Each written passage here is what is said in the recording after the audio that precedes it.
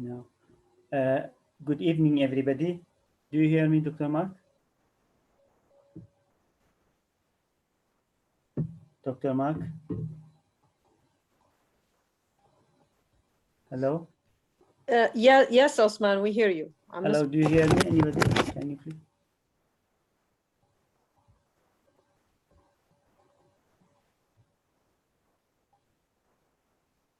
Hello?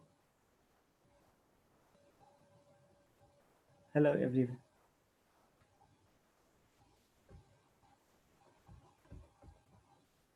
Hello? Osman, we can hear you. Yes, عم نسمعك. تمام. Okay, thank you. Sorry about that. Because no problem. Okay, I didn't hear anybody, therefore, sorry.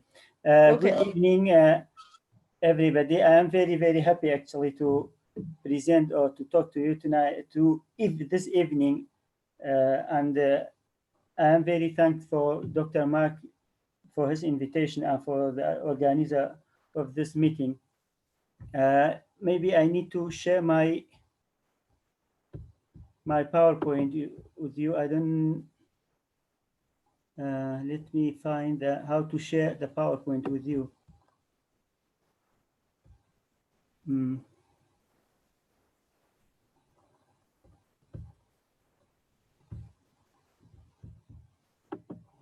What's the problem?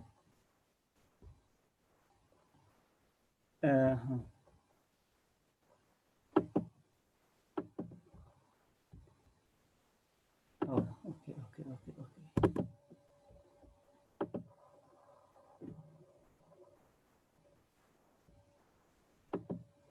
okay. Okay. As you mentioned, Dr. Mark mentioned, my talk is about archaeology sites in Iraqi Kurdistan as a tourist destination. My aim for this presentation today is to find or to show a way how we protect archaeological sites in a way that in a different way, maybe in a tourist way. Therefore, my aim is about protecting sites rather than making the archaeological site as a tourist destination.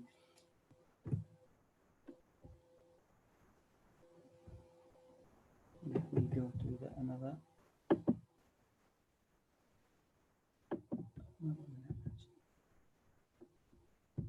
There is some technical problem with me there. Okay. If you see here, I would like, before to enter to my talk directly, I would like to show those people about that not familiar with Iraqi Kurdistan location. This is the area which I talked about it in Kurdistan, which is in the Iraqi side of northern part of Iraq. The location of Kurdistan has a very important in terms of historic and geographical in ancient Iraq and in today's Iraq. The Iraq also has a very important location inside the fertile crescent.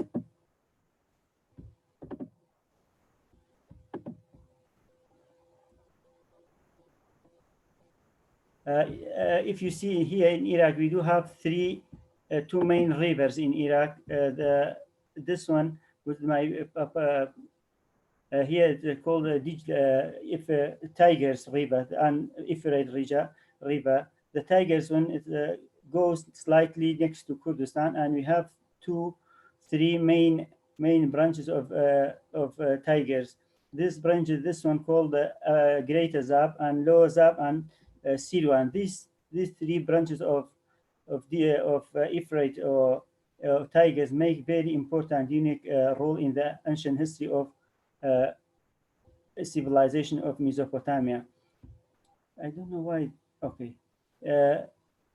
Therefore, this area and also this line, because we call it's known about Zagros Mountain. The Zagros Mountain and these three branch rivers has also very good impact on the ancient, like a good location for providing good shelters for ancient humans. In here we have like a Nainawa plain, Pishdar plain, and this is Sharazur plain. This plain also has very important role in ancient history of Mesopotamia, because with water and good shelter, foods available for prehistoric people.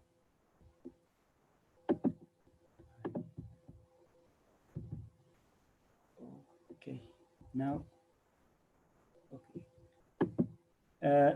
The landscape of Kurdistan recent, I would like to talk a little bit about the landscape of ancient Kurdistan or today's Kurdistan. In Kurdistan, Dr. Mark, maybe some of you also know about the weather or climate of today's Kurdistan. In Kurdistan, we do have 4 seasons, sharp seasons. For example, we have winter, we have summer, we have autumn, and like every country. But in Kurdistan, we see the practice these seasons very well. In summer, we have very hot, like today it was like about 48, and in spring we have a very green. We have autumn also. It's a mild and very nice weather also in spring, and winter was also with we see snowfalls. This is one of the very nice images of one side of one archaeological site from Pijda Plain. You see we have a photo with the site from different seasons, summer, autumn. It's very nice, and because we talk about archaeology and tourism and weather, also this photo gives us 3 things. This is spring. In spring in Kurdistan, because we especially like all nations from east of Middle East, like Iran, Afghanistan, and other nations from Kazakhstan, we celebrate New Year's in spring especially, and also we have a very nice weather. People can visit in Kurdistan in these seasons. Therefore, I talk about these things because I need to show that Kurdistan has other availability for tourism rather than just archaeology.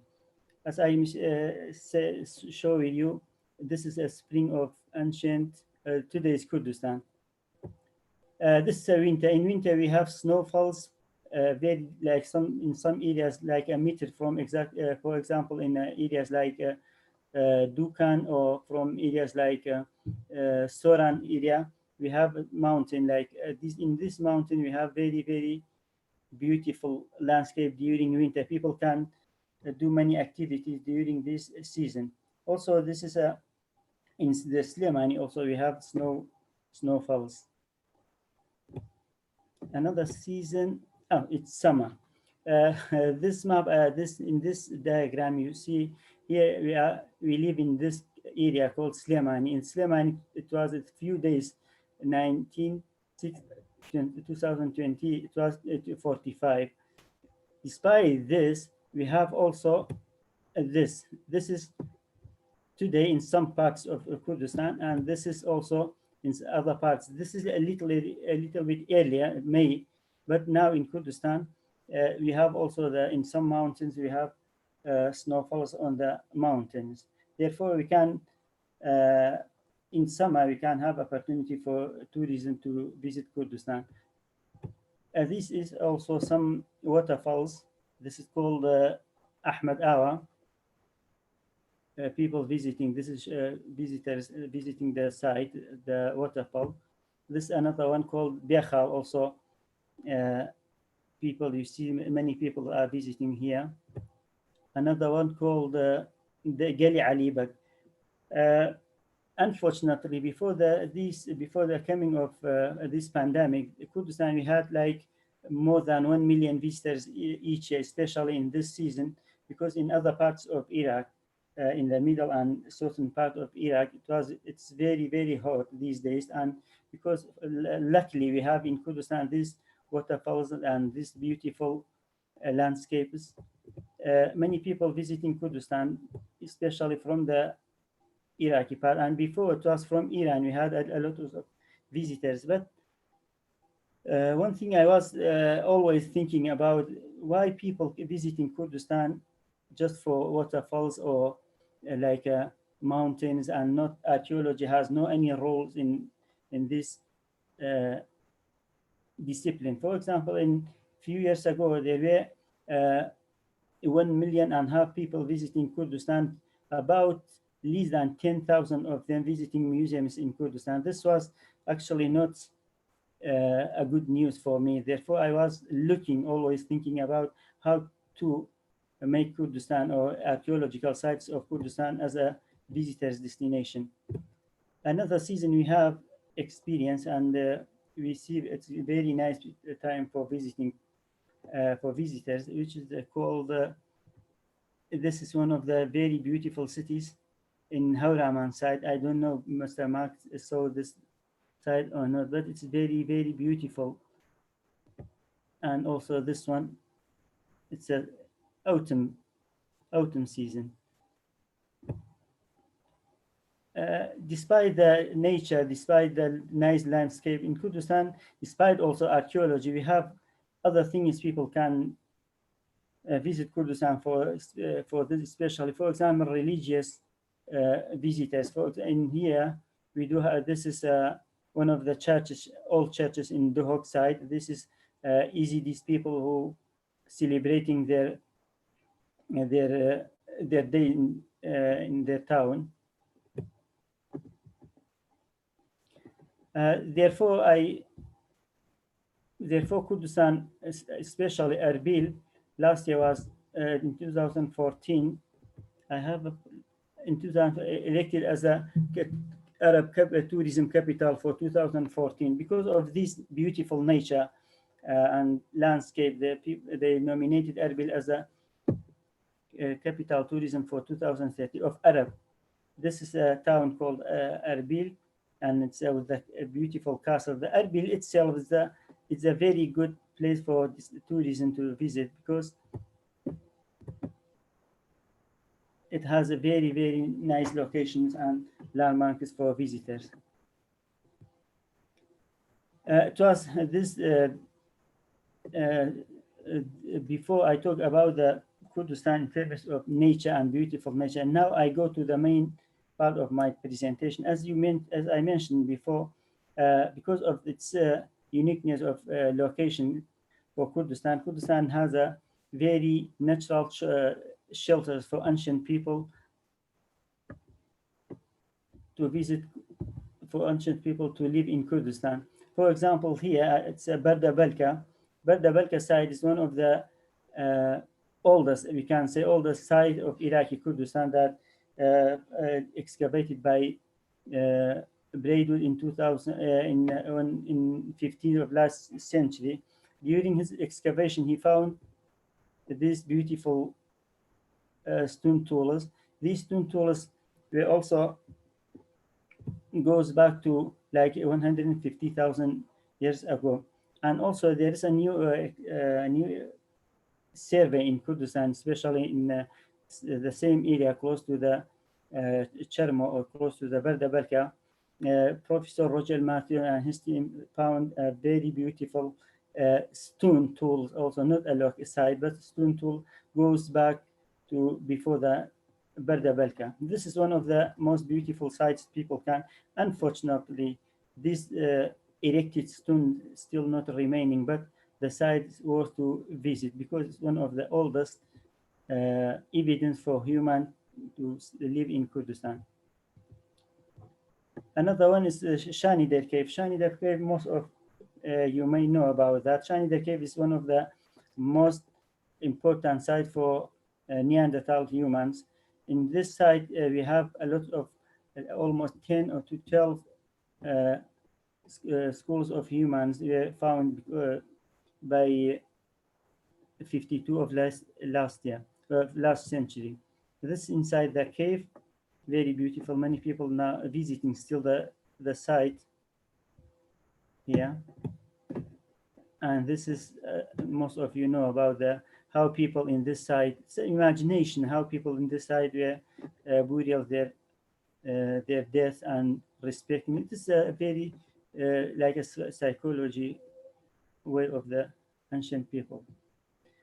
This is also Dr. Ralph Solki's book about Shanidar, the first lower people in Kurdistan. It talks about how ancient people of Kurdistan were respecting their death and how they treated the death.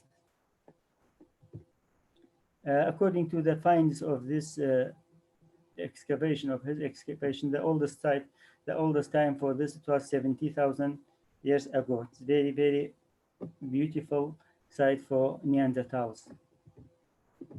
Another cave, which I like to talk, that people can visit, and this is a tourist destination, and it's very close to Slemaniyah, called Hazarmerd. Hazarmerd means 1,000 men. 1,000 men means for the capacity of the site, the capacity of the cave is, we can accept, or like a room for 1,000 people. In this site also excavated by Duruti Garud in 13th of last century, he found very good objects like this object.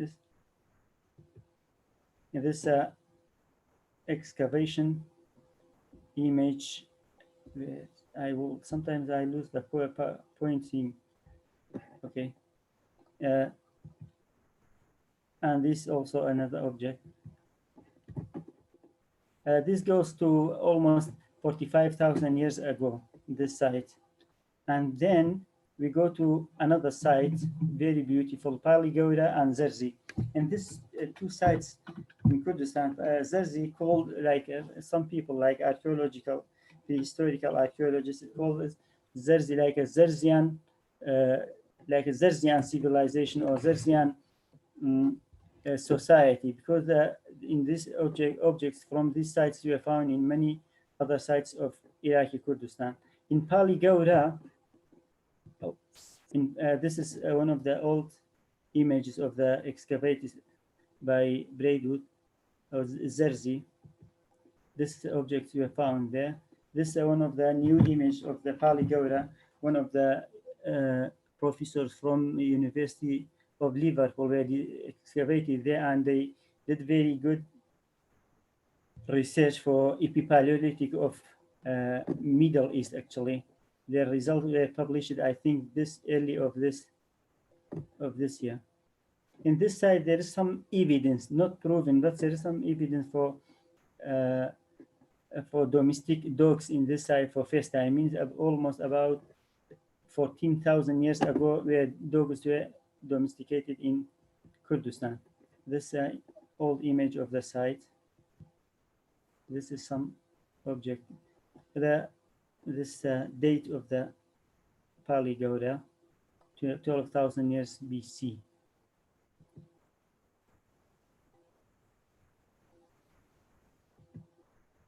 And now we have evidence from in Kurdistan for transition from caves to the villages. We have village sites with the evidence of being used in these sites by people, like I mentioned it in Shanidar, Zarzi, Hazarmerd, and Paligawre. And then people were, because of changing weather or environment or climate at that time and availability of experience new life, people were moving from the caves to the lower parts or hillsides of the cave to live. For example, here we have in Kedimshire, this is one of the side between living in caves and sitting in a village. This means like a little bit more permanent sites of like a before village. We can call before permanent village. This is one of the sites. You see the people were digging the sites, and these objects were found. If you here look at that, this image, people were using usually almost stone tools rather than clay tools when we see in a future. This, okay, and then this was evidence for some villages before villages sites in Kurdistan, and then we go to the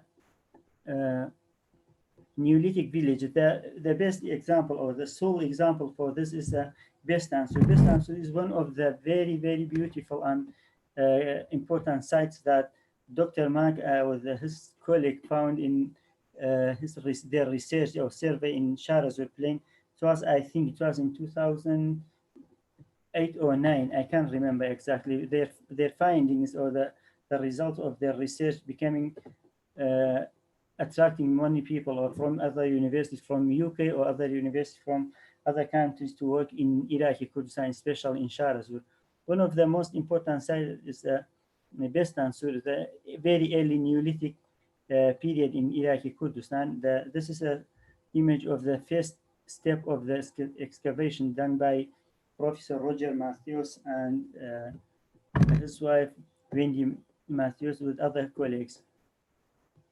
In Bestansur, this is one of the schools of the animals they found in the site. Their research, I think, they published a very, very beautiful and important book about the result of this work. This is exactly the same site, Bestansur. This is the old, one of the schools of old goats in the site, in the Sutu, that archaeologists working on it. And this is a goats and sheep from the recently from the site, also called Bestansur. This excavation site, and before the pandemic coming, the Professor Roger with the Directorate of Antiquity from Slemaniyah, they had a kind of project to make this site as a like open area visiting site, like an open museum for people to visit this site. This is very important for also because Sharazur is the middle of Kurdistan. There are lots of schools and education activities around here. People can visit. During their excavation, I took almost 20 to 30 school teachers, especially from Sharazur, but they teach history, and we took them to the site and they visited the site. It was very, very good, changing in their knowledge about the ancient history of Kurdistan or Neolithic site in Kurdistan, because it's very important if you can, or in the future, Iraqi Kurdistan or government, maybe some foreign universities also can invest in this site for making it as a like open museum site in Kurdistan. Then I moved to this, also one of the findings, the skeletons of the site, because one of this site they found almost 55 skeletons of humans. According to the Professor Roger Massur's finding, that it goes back to almost 7,000 BC, means 9,000 before today, this size. And then we go to Chermo. Chermo was very famous, known by people before Bestansur. Until then, we, as in schools or in public talks, we always talking about Chermo. And Chermo is one of the very beautiful stage of Neolithic period in Iraqi Kurdistan. In this site, human has changed from using stone tools to clay tools, for example, using before inventing pottery to we have evidence for pre-pottery and pottery site in this area, in this site, because it's very, very important. And also, it's one of the biggest evidence for human who domestic agriculture and animal in the Iraqi Kurdistan. This image of old excavations then in 52 of the last century. These are some chocolate, like chickpeas that were found in the site, means that these people were also using, or their diet was this kind of food. This also some dishes or some things that they use in daily life. It was made in stone, and then it goes to using potteries, inventing pottery. These, if you see these potteries, were not very thin and very nicely made because they were made by hand. It was a very early stage of inventing potteries. This is also some figurines, human figurine and animal figurine of the site. And then another step, we go to civilization. Civilization is one of the important movement of humans, especially we have evidence for this in Iraqi Kurdistan. This Erbil is one of the oldest, I think, city that still people living there. We have evidence in Erbil about Gutian period. From Gutian period, there were before that also we have evidence before that people were living there, and until today people still living in this beautiful city. This is citadel of Erbil, and this is one of the columns, like a capital of the columns of the one of the houses of the. It's not very old. It's almost about 100 to 200 years old. This is one of the beautiful houses of the city.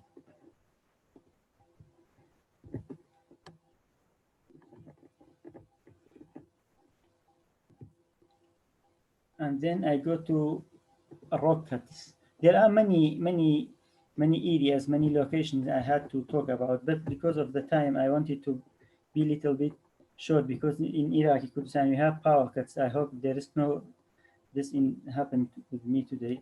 Therefore, I am a little bit in rush and afraid of the cutting power. This is one of the most important sites in Iraqi Kurdistan, especially close to Slemaniyah.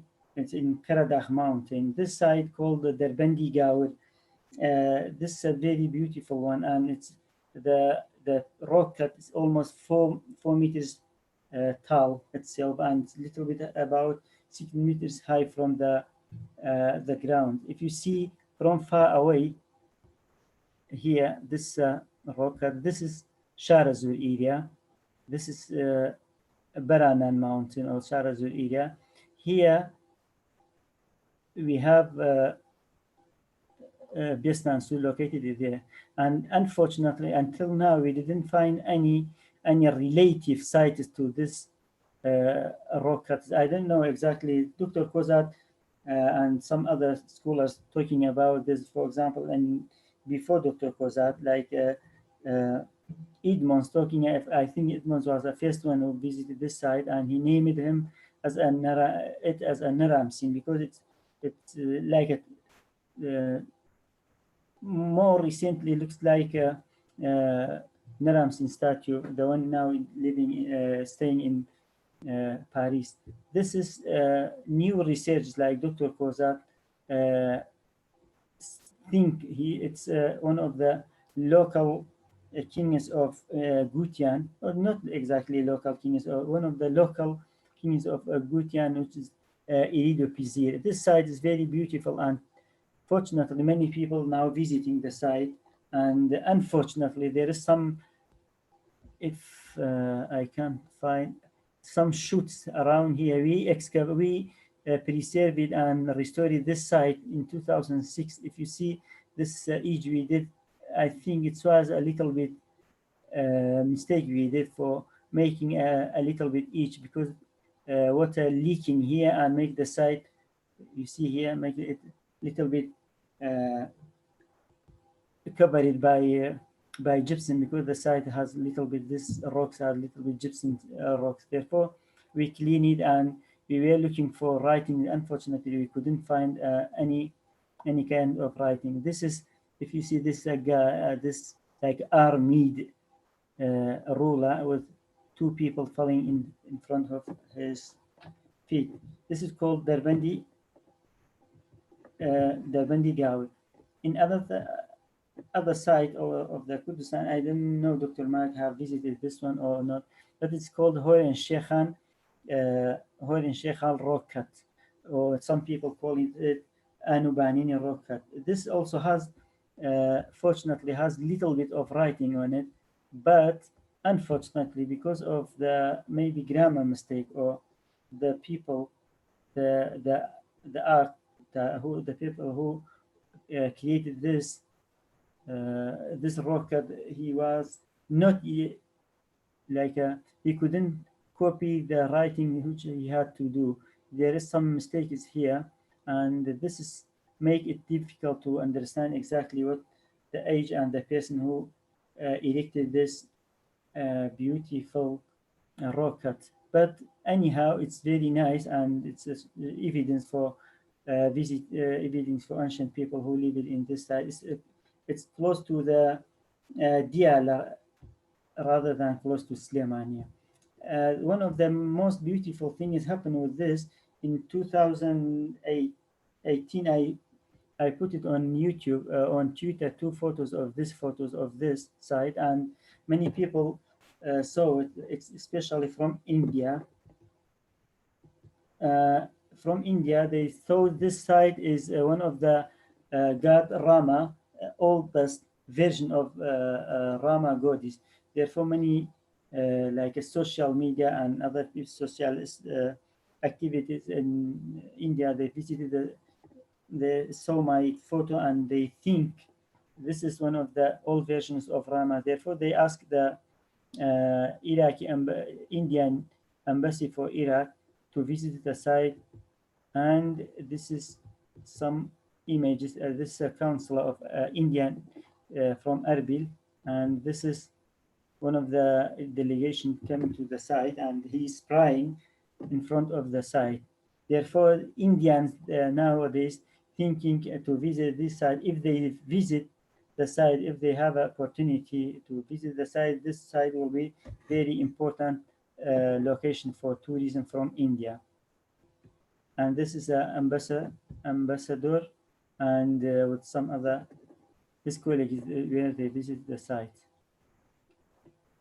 And yeah, this is another one from Ashurian. Now we go to the second or first millennium BC. We have all these steps of human living in Kurdistan, and we have the evidence for their footprint, like in Kurdistan, and they will be very important markers for visiting the site by visitors.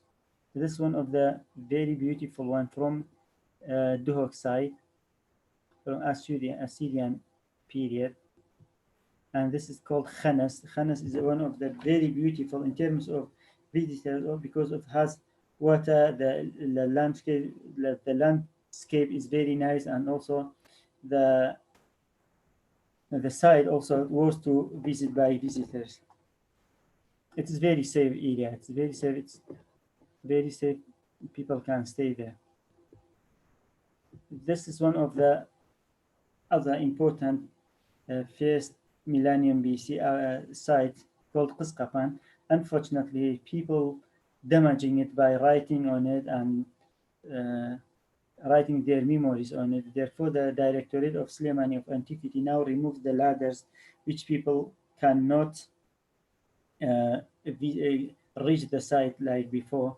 Nowadays, it's much safer, and no one can touch it anymore. This is some elements of the site from closer.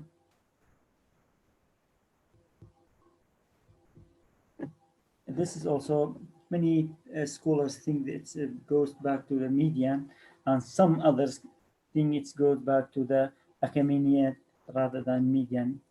But it's very nice also. It's close to the Zarzi site, prehistory site, and it has a very beautiful landscape with the waterfalls. And this is one of the most important visiting archaeological sites of Slemaniyah. People every season, summer, winter, spring, fall, always people visiting this site because they think it's one of the most beautiful landmarks of the Kurdistan. And Islamic period, I am going to maybe end of my presentation, and this is the Islamic period. This is two sites that people can visit them, and this is Ahmedi one called Nainawa Gate of Ahmedi. This one, and other one is Pirdi Dalal from Zakho. These are very beautiful and worth visited sites. And this is another one called Qubbahan School, or Qubbahan, it was like a university from Abbasid period or later periods. Unfortunately, the roof of it is destroyed, and this is the remains of the of the site. It's also very, very, very beautiful, and I recommend any archaeologists or non-archaeologists who visit in Kurdistan to see this site. This is two other very important sites that people can, like religious people can visit them. This is called the Yazidi holy town called Lalish. In Lalish, because its location and its because of its religion important, and it's a holy town for Yazidiyyan, and has very, very uh, unique landscapes to visit. People can visit them. Because of ISIS coming and hurting Yazidiyans, nowadays this site becoming more important, because all Yazidiyans like a towns and temples were destroyed by ISIS. Unfortunately, now we have just this site in Kurdistan, and it's very, very safe. People can visit, and also there is opportunity for staying there during night.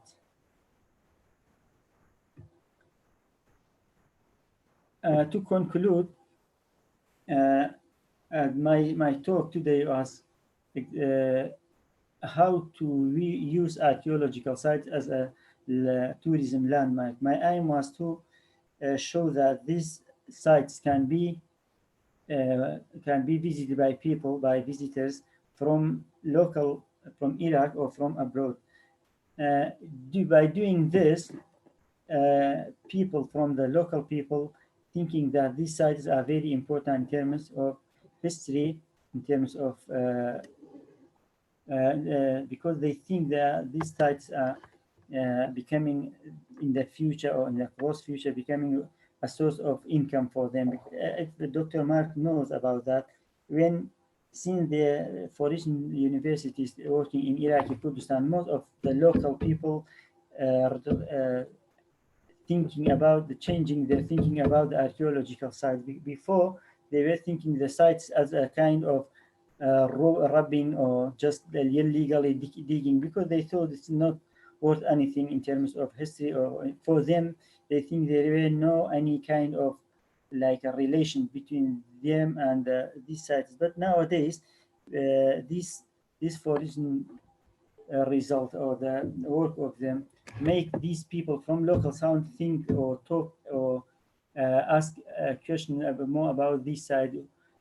Therefore, since there we have very, very few experience of destruction antiquities in these sites.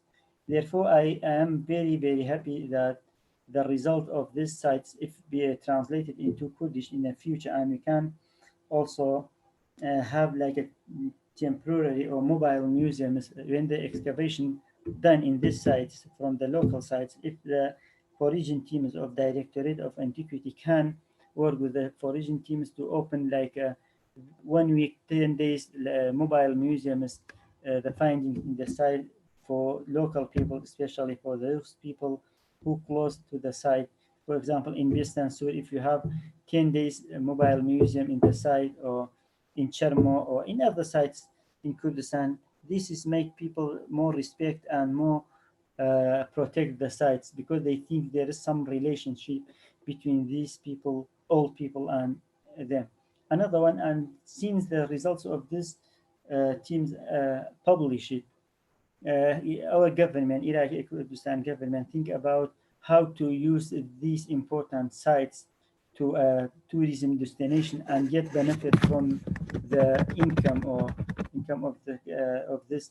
Unfortunately, before, because Iraqi Kurdistan, like many other countries who has oil, they were just thinking about oil and their investment, everything about that. Now in this cabinet, they were also talking about how to use or how to get benefits from archaeology. Therefore, we ask the government to invest in archaeological sites, for example, opening good roads for them, and opening mobile museum on the those sites that worth to protect in the site. Therefore, this is step by step, go to be better and better and better. This